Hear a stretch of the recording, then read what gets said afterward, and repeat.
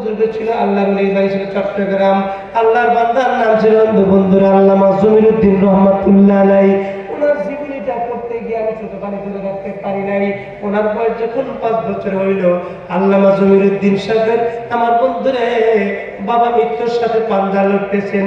ওই ছোট্ট 5 বছরের শিশু খোকার কচি হাতটা জমিরুদ্দিনের মায়ের হাতের মধ্যে দিয়া জমিরুদ্দিন সব ডাক ডাকা, জমিরের মারে আমি হয়তো পৃথিবীর আদালতে বেশি দিন বাঁচবো না, আমি যদি মইরা যাই আমার জমিরুদ্দিন যখন মাদ্রাসা পড়ার উপযুক্ত হবে, আমার জমিরুদ্দিনকে ওহির বিদ্যার পণ্ডিত বানাইবা, আমার জমিরকে হাফেজ বানাইবা, আলেম বানাইবা।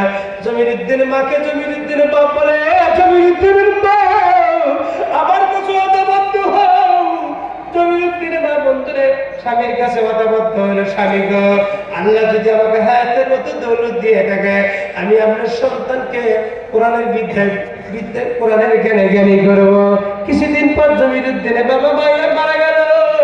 হঠাৎ করে বন্ধুরে 7-8 বছর যখন জমিরুদ্দিনের বয়স, তার জীবনের মধ্যে রাখেন জমিরুদ্দিনের মা রাত্রে স্বপ্নে দেখে, জমিরুদ্দিনের বাবা স্বপ্নে দেখাই জমিরুদ্দিনের মা রে, তুই না আমার কাছে ওয়াদা দিয়েছিলি আমার বেটাকে মাদ্রাসা পড়াবি, ওলি ইবনে ওসমানে পড়াই আমার সন্তানকে কোরআনের হাফেজ বানাবি, আমার বেটাকে বড় মুফতি মুহাদ্দিস বানাবি। আল্লাহর বান্দি সকালবেলা ঘুম থেকে উঠে জমিরুদ্দিনের কচি হাতটা ধইরা চট্টগ্রাম একটা বড় মাদ্রাসা লইয়া গেল। এ বন্ধুরে, চট্টগ্রাম বড় মাদ্রাসার মধ্যে মোতামিম সাহেবের সামনে জমিরুদ্দিনকে নিয়ে বসলো। চট্টগ্রাম বড় মাদ্রাসার মোতামিম ডাক দেয়, মা আপনার কি পরিচয়? আমার সন্তানটা মাদ্রাসা ভর্তি করে নেন। বড় হুজুর তখন ডাক দেয় বলে, আম্মা গো আপনার বেটা ভর্তি করবো, মাদ্রাসা ভর্তি কিছু নিয়ম পদ্ধতি আছে, কিছু ভর্তি ফিস দিতে হয়, কিছু মাদ্রাসার বোর্ডিং এর খরচা দিতে হয়। জমিরুদ্দিনের মা বোরকার মধ্যে শিশু বাচ্চার মধ্যে ডুগরে ডুগরে কান্দে, বড় হুজুর ছেলেটাই টিম বাবা নাই, আমি পরের বাড়ি জিগিরি করে খাই, কই পাবো টাকা? বড় হুজুর জমিরুদ্দিনের চেহারা থেকে টাকা দেখে রে, জমিরুদ্দিনের চেহারার মধ্যে আমার মদিনাওয়ালা নবীর ইলমের নূর দেখা যায়। বড় হুজুর চিন্তা করলেন ভবিষ্যতে কোনো খেদমত হবে না। জমিরুদ্দিনের মাকে ডাক দেখা, জমিরুদ্দিনের মা তোমার বেটার ভর্তি ফিস লাগবে না রে, তোমার বেটার দায়িত্ব আমি নিয়ে নিলাম। তার জীবনের মধ্যে লেখছে, দেখতে দেখতে 28 দিনের মধ্যে জমিরুদ্দিনের এত তীক্ষ্ণ বেরেন ছিল আমার বন্ধুরে, নুরানি কায়দা আম পড়া শেষ করে দিল। আগামী শুক্রবারে জমিরুদ্দিনের কোরআন হাতে দিবে।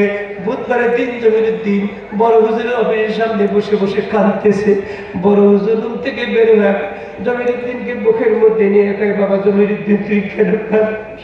জমিরুদ্দিন যখন ডাকতে পারে, বড় হুজুর শুক্রবারে খোদার কোরআন হাতে দিবেন, আমার যারা সহপাঠী ভাইরা আছে ওরা আব্বুকে পাঞ্জাবি বানা দিছে, নতুন টুপি দিছে, নতুন জুতা দিছে, আমার তো আব্বা নাই, আমার মা পরের বাড়ি কাজ করে খাই, হুজুর আমি কই পাবো টাকা?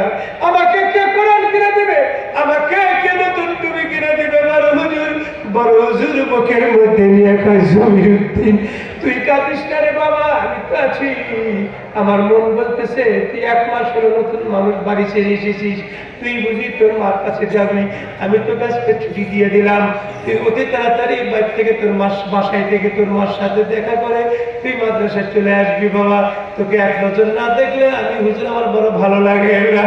আমার বাইরে জমিরুদ্দিন হুজুর তাকে কিছু রিক্সা ভাড়া 50 টাকা দিয়ে দিলেন। এই জমিরুদ্দিন যখন মা আমার বাড়িতে চলে গেলেন, বাড়ির উঠানে মধ্যে যাইয়া মা মা বলে চিৎকার করে ডাকে, মার কোনো আওয়াজ নাই।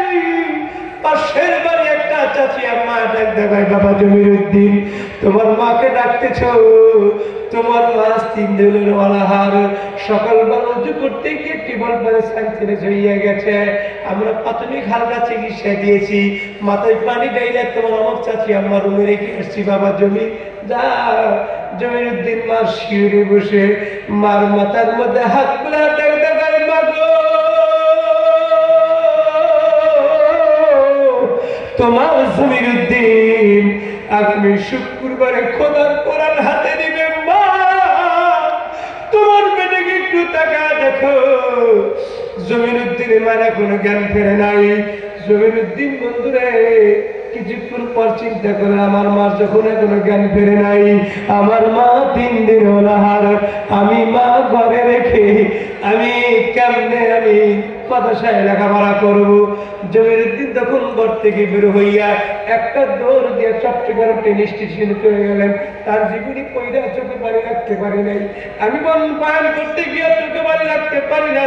ছাত্র বাইরা রে, যারা গরিব অসহায় ছেলে আসো, আমাদের আকাবের রাস্তার দিন ইতিহাস পড়ো, জানো তোমরা বাবা কত পেশাব দিবে না।